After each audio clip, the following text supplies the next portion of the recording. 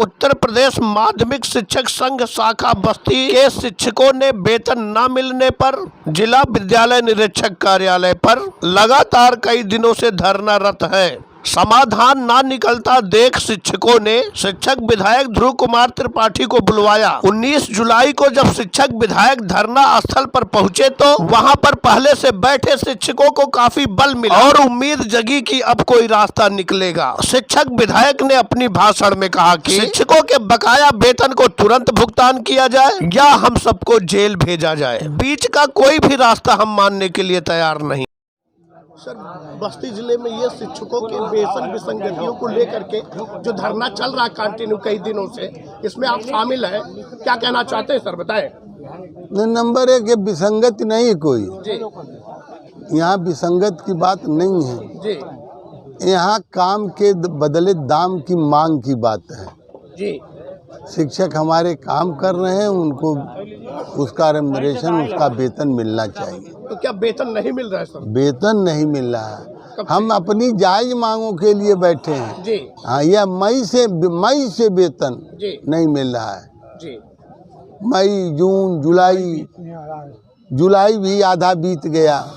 बच्चों का एडमिशन है, आप भी जानते हैं। ऐसे भी पर्यावरण वातावरण से हैं कि जहाँ गर्मियों में बीमारी अधिक हो जाती है। बिल्कुल सर, बिल्कुल। बीमार परिवार के लिए दवा का पैसा नहीं है, बच्चों के नाम को लिखाने का पैसा नहीं है, काम किए वेतन नहीं दिया जा रहा है। यह आप जान रहे हैं कि यह कौन कर सकता है। इसी पर तो जमींदारी गई, इसी पर तो पूरा शोषण का मूल अधिकार में शोषण के विरुद्ध अधिकार बना। अब यहाँ सीधे खुलेआम आज़ादी के 75 वर्ष के बाद भी शोषण किया जा रहा है। यह कोई माफिया नहीं कर रहा है, कोई गुंडा नहीं कर रहा है, अन्य विभाग के कोई अधिकारी नहीं कर रहे हैं, शिक्षा विभाग के अधिकारी कर रहे हैं जी। अभी मैं बैठा था, सुन रहा था आपको, आप कह रहे थे किसी भी कीमत पर आप जेल जाएंगे या तो वेतन लेंगे। हाँ, अभी डीवाई साहब भी बैठे थे, क्या क्या दिक्कत आ रही है आप दोनों लोग के बीच? मेरी को मैं तो खुद है, यही बता दीजिए। आप तो लोकतंत्र के चौथे स्तंभ हैं और इस उमस भरी गर्मी में पेड़ के नीचे बिना हवा के ये कई सौ अध्यापक बैठे हुए हैं, सुबह से बैठे हैं, कोई सुनवाई नहीं। ऐसा 75 वर्ष के अंदर ऐसा जो है आतंक और शोषण का उदाहरण आप नहीं देखे होंगे कि हमने काम किया, हमको मजदूरी नहीं मिल रही। अब मैं इनका प्रतिनिधि हूँ, अब मेरे सामने रोज उलाहना, रोज फोन रात भर अटेंड करने के बजाय कि यह शोर हो जाए कि जेल चले गए। हम तो यह भी कहे कि आप हमको अनुशासनहीन मान रहे हो तो आप हमको डंडों से पिटवाओ, हम गोली मार दो जी। क्योंकि यहाँ तो स्थिति यह हो जाती है कि यदि कोई न्याय की बात करता है, हक की बात करता है, तो वह देशद्रोही हो जाता है जी।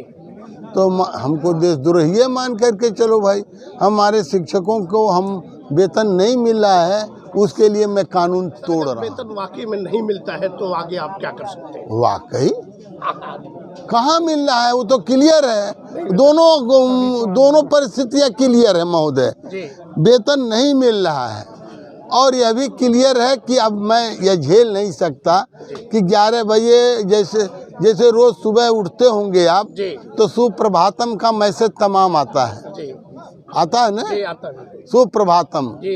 तो वैसे जैसे सुबह मोबाइल उठाओ, अरे हम लोगों के वेतन का क्या हो रहा है, तो हम यह कब तक सुनेंगे? कम से कम यह होगा कि हमारा प्रतिनिधि जो है वह जेल गया मांग करते करते। तो हम जैसे यह सत्य है कि वह वेतन नहीं दे रहे हैं, वैसे यह सत्य है कि वेतन प्राप्त करने के लिए हम जेल जाने के लिए तैयार हैं। अंत में क्या मैसेज करना चाहेंगे सर? मैं यह कह रहा हूँ कि शिक्षकों से कि हमने जो भी प्राप्त किया है वह संघर्ष से प्राप्त किया है जी। आंदोलन के माध्यम से हमें प्राप्त हुआ है जी। हम कोई किसी को सत्ता से बेदखल करने के लिए आंदोलन नहीं कर रहे हैं जी या किसी को सत्ता पर हम आरूढ़ करने के लिए आंदोलन कर रहे हैं। हम अपने शिक्षकों को जो उन्होंने काम किया है जी उस काम के बदले उनको वेतन की मांग कर रहे हैं। यह सत्य है कि वेतन 2 महीने से 3 महीने से नहीं दिया गया है, जी यह गलत नहीं है, जी यह सत्य है। जी और यह भी सत्य है कि उन्होंने काम किया है। जी तो आप बताओ कि मजदूरी नहीं मिले, काम का मजदूरी मिलना चाहिए। मिलना चाहिए। बिल्कुल।